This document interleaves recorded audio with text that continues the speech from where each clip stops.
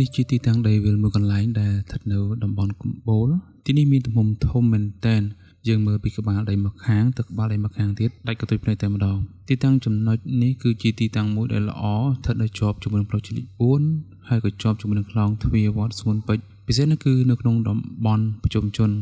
ដែលជាប់ជាមួយនឹងតំបន់សេដ្ឋកិច្ចពិសេសដែលមានមនុស្សរស់នៅជាច្រើននិងមានរោងចក្រធំៗជាច្រើនផងដែរ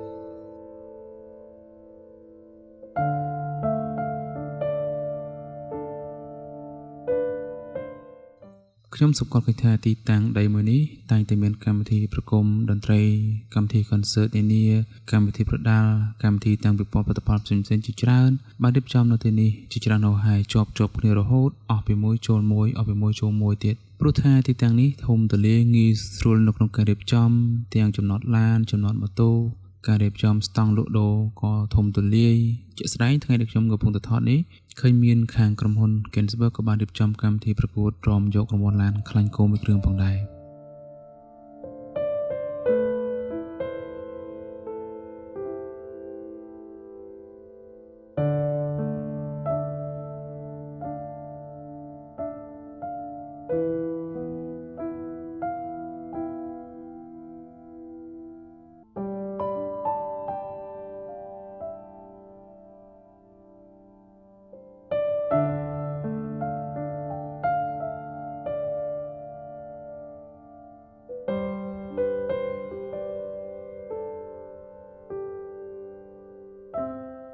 មួយវិញទៀតនៅរៀងរាល់ល្ងាចខ្ញុំក៏សង្កេតឃើញបងប្អូនដែលក៏រស់នៅជិតៗនេះឬមួយក៏បងប្អូនកម្មករកម្មការិនីពួកគាត់តែងតែមកអង្គុយជុំគ្នាលេងលំហែកាយជារៀងរាល់ថ្ងៃរួមទាំងខ្ញុំម្ដងម្កាលផងដែរ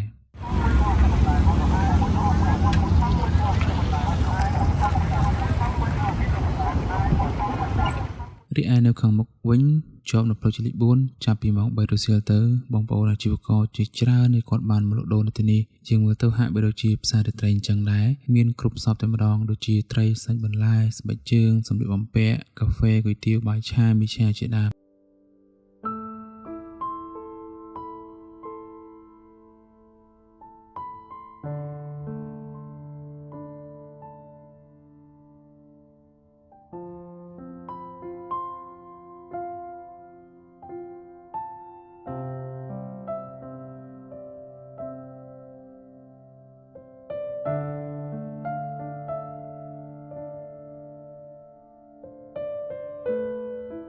បាននិយាយអំពីអ្នកលក់បបរគុយទាវបាយឆាមីឆាអីហ្នឹងគឺពួកគាត់នៅលក់ដូររហូតទល់ភ្លឺតែម្ដង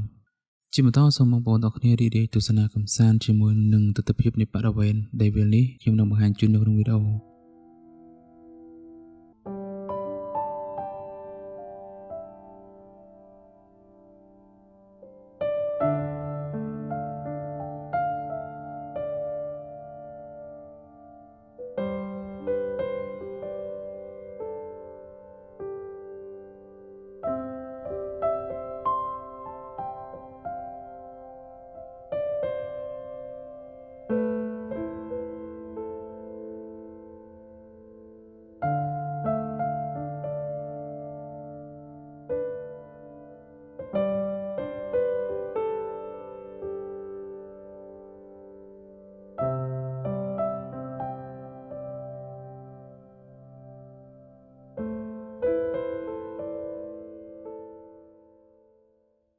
ជាចុងក្រោយអរគុណបងប្អូនទាំងគ្នាម្ដងទៀតដែលបានទស្សនាវីដេអូរបស់ខ្ញុំមួយនេះកុំភ្លេចជួយចុច Subscribe អ្នកមួយផងដើម្បីបានទស្សនាវីដេអូកម្សាន្តតាមតំបន់ផ្សេងៗជាមួយនឹងខ្ញុំបន្តទៀតអរគុណជួបជាមួយនឹងខ្ញុំ Post នៅវីដេអូក្រោយៗទៀត